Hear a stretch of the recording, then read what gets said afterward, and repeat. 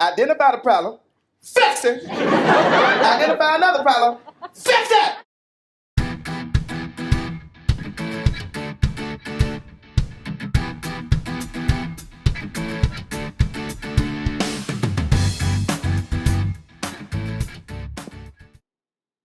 Hey everybody, this is Perch. I recently, and don't ask me why or how or, finding myself in this situation. You can call me all the names you want. But I recently had to go see Wicked, and it was a sponsored event, and, you play along, you do things. And I went to the movie and I saw the theater and I saw this movie and I went in with zero expectations. I went in with negative expectations. I went in with, I'm going to hate this movie. And by and large, I didn't enjoy the movie, but it was way better than I thought it would be. The movie was relatively coherent. There were some storytelling aspects to it. It went from point A to point B in a pretty reasonable manner. The graphics were largely good. It told a fairly dull story that we've seen all before, but there were some surprises in there. Like Ariana Grande was like, she needed a fucking sandwich, and I know that's the big joke there, but it was not bad. It was not bad. I'm just saying, do I love it? No. Will I see it again? No. And to the point, my younger daughter's like, you went to see the movie. Like, I want to go see the movie. Like, take me now. I'm like, there's zero, I'm sorry, there is no chance. Like, seeing that a second time, fuck no. No, not even for my own blood. There's no chance. But all the same, it was not bad. So there you go. You can be surprised by things all the time. All right. And we're going to read this mail. It says, when dynamite goes boom. This mail probably requires a little bit of explanation, but I'm going to read through it anyway. And then we're going to get to kind of the backstory and some other things. It says, Dear Perch, this guy's not fucking around. He's going right to the name. Dear Perch, I hope this message finds you well. As a longtime listener of Comics by Perch, I truly appreciate your thoughtful insights into the comic book industry. This one's very, very formal. Recently, I've been reflecting on the financial challenges some publishers face, particularly in light of the issues Boom Studios experienced with its comic book publishing. And we'll get into more of that in a moment. It says, it made me wonder, what if Dynamite Entertainment is heading down a similar path? There seems to be a rash of concerning behaviors emerging around Dynamite's crowdfunding efforts that parallel some of Boom's past struggles. For instance, ghosting backers with little to no communication. Okay. Doubling or tripling shipping rates without prior notice. Delayed fulfillment, sometimes by 8 to 12 months, with no clear explanation, even when the product is seemingly ready. An accelerated pace of launching new crowdfunding campaigns, raising questions about cash flow and sustainability. These trends raise alarm bells for me as a fan and a backer.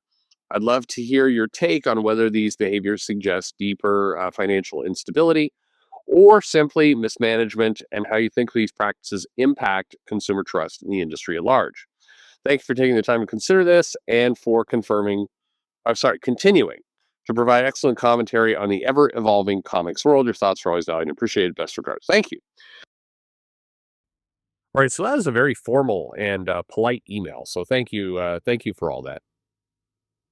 So allow me for a moment to kind of go into a little bit of a different direction, but I promise we'll get back to it. But it's a problem in the comic industry in general, and it's a problem that the majority of creators, I'm sure the fans will agree here too, but it's a majority of the majority of creators would also disagree with this or shit. I fucked this all up. Let me fully start over. A lot of creators I've talked to will agree with what I'm saying, but they are reluctant to say it in public. And I think that inherently is the problem. So comics, at various times, small companies, indie companies, or big companies will do things that indicate problems. And the problems are maybe cash flow, maybe financial, it may be mismanagement. And I'll give you an example of the mismanagement side. There are times when Marvel and DC do not properly pay the royalties that they owe people that are contractually obligated to pay. There's times when they take somebody's work and they put it into a trade paperback or omnibus and then neglect to tell the creator, and in theory, violate the contract under which they have the creator under. Many, many times I have let creators know, hey, and most of the time by accident, I will go and I'll say something along the lines of, hey, I really appreciated what they did for your work. They put that out in that new trade paperback and it's selling really well on Amazon. It's like a top 10 seller. And the creator's like, what? I had no idea. And this generates generally emails of like, hey, I think you owe me money. And then the publisher coughs it up.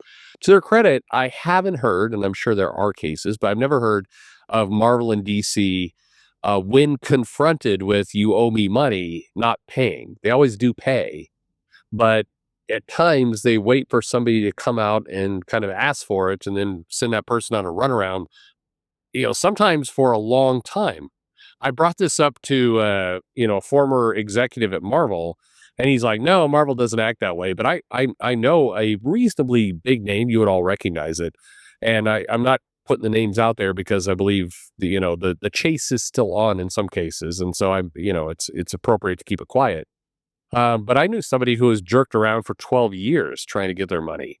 And so this happens. And to me, this is mismanagement. And then you have things like that we've seen from a variety of smaller companies where people don't pay or they, or like the indicate, the things you indicated with Dynamite. Now, full disclosure, I don't know about Dynamite. I've heard rumors, but I hear rumors about literally everyone. I've heard rumors about Dark Horse. Actually, in fairness, Mad Cave and Dark Horse seem to have the fewest amount of rumors. Dynamite has them from time to time. Boom, had rumors and had things come out. Vault, absolutely. Oni. I could go on and on and on. Scout, sure, but there's times when the payment isn't happening, and sometimes it is mismanagement on the part of the company, and there's not anything sinister or nefarious about it. It's just the company is kind of fucking around with their books, and sometimes it is the creator's fault, meaning the creator actually got paid appropriately or got paid according to their contract, but believed through magic that they were deserved more. I don't know. But so there's a lot of misunderstandings. The comic industry, you might not be surprised to hear, is not filled with a bunch of kind of contractually intellectual thinkers at times. And so you get kind of strange outcomes. Is Bill's polite way to say these people sometimes are fucking idiots who don't know how to read the paper they signed.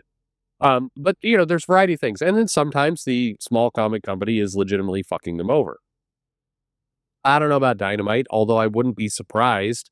The head of Dynamite used to show up in my live streams. Was always a really pleasant guy. And, I think Dynamite's had good times and bad times, but and at times have struggled to do things, but they've generally paid people. So please nobody take from here. It's like Perch is spreading rumors about Dynamite. I don't know. And I think I'll put it this way. If there were real problems going on there, I probably would know based on some of the people I know who are working at Dynamite. So I think I would know if there are real troubles. But I don't deny that there could be some crazy management because it's comics and there's crazy management everywhere because apparently nobody can manage comics properly. But that's going on. But the bigger problem to me in comics is this, and I put this back on back in the hands of the creators, the people who work in comics. Comics, and here's where I'll get kind of passionate and angry. You can tell kind of the things I get angry about. This industry is so fucking stupid that you have people who work in it who claim to love comics and love the livelihood and love what they do, and they want to be in it forever. And you have other people who are in management of comics, like the greatest part about comics is how we get to deliver stories to the world, and it's a great honor to work on Spider-Man and blah, blah, blah, blah, blah. And you hear people say shit like that, and you hear kind of these big eloquent speeches from Cebulski well, I'd say Javins, but she hadn't show up to work anymore. I mean, just the various kind of big people in the industry. And they say this stuff when they know goddamn well that there are problems in their house. And I understand the idea of putting your best foot forward, but it does nobody any favors to try and claim that comics are just without flaw, because these companies have used that cover to fuck over their creators, to not pay them on time, to do all this bullshit. And quite frankly, a lot of you big names are culpable. Full on I mean, like, and by the way, when you have a completely and absolutely corrupt and sycophantic news journalist industry featuring like Heidi and that dick Rich Johnson, these guys are not acting in the best interest of comics. They will publish bad news about comics when it's, socially appropriate to do within comics. And when it's not socially appropriate, when it's like their buddies or people giving them scoops, or, you could buy these jackasses off with like a single beer, it is ridiculous. They will allow terrible things to happen. I mean, look, the biggest example is no matter how you feel about Warren Ellis, whether he's a innocent man who is persecuted or a monster, let us never forget that Heidi McDonald and Rich and a bunch of other, quote unquote journalists gave cover to that guy for years until it became politically expedient not to. I mean, Heidi was right there as one of the key contributors and I think moderator of the Ellis forums, where it was 100% clear he was doing exactly the same shit he was doing when they went after him 10 years later. You knew. Rich, absolutely. I mean, I know firsthand Rich knew what was going on. So then 10 years later, when it's like, I can't believe this is happening. Bullshit. Not only did you know, you gave cover and you dismissed. There's this, and I mean, everybody's got a story to tell, and I'm not, giving credibility to one person or another, but there's this Valerie, person, who, and you either know who that is or you don't, who's posted a bunch of stuff that is like, yeah, I tried to raise these issues and nobody could give me the time of day because the whole system was fucking corrupt.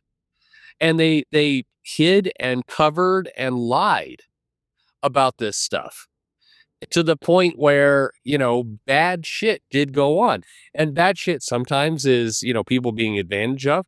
Bad shit is sometimes people at, rap parties for comics getting, love bombed. I'm doing quote fingers here when really I mean rape. There's people who weren't getting paid.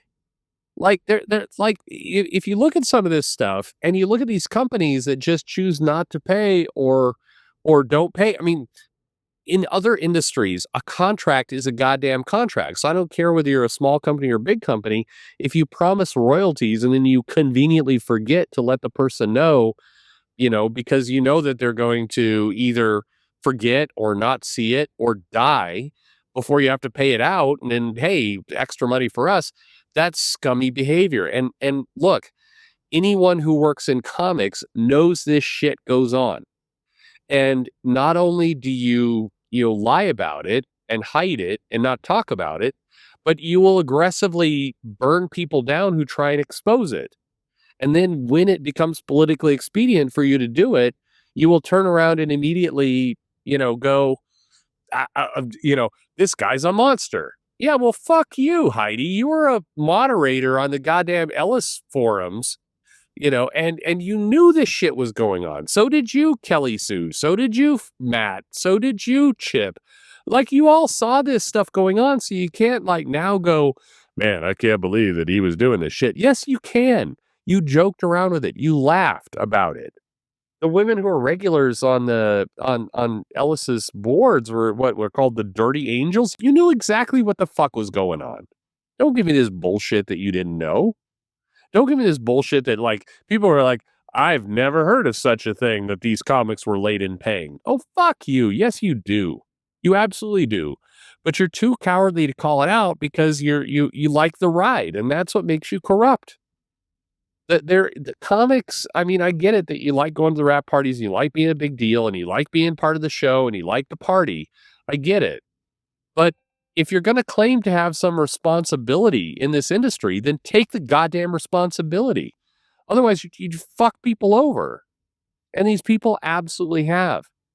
So yeah, if there's smoke, there's fire. And if we're hearing that there's problems with the company, it's a responsibility of the people in comics, particularly the ones that hold power, to get to the bottom of it and protect this industry. If you claim to love it, you can't just love it, when you're in charge and everything is slanted your way. You have to love it when it's bad, and you have to fix it. If something sucks, you do not love it if you're not out there bleeding and trying to make it better. So make it better. It is a fucking joke that a guy sitting behind a microphone, or in this case, a phone while he's driving with shitty audio, is calling this stuff out more than people who claim to be the watchguards and gatekeepers and protectors of this industry. If you love comics, you got to love it, for better or for worse. So fix it. Thanks for listening.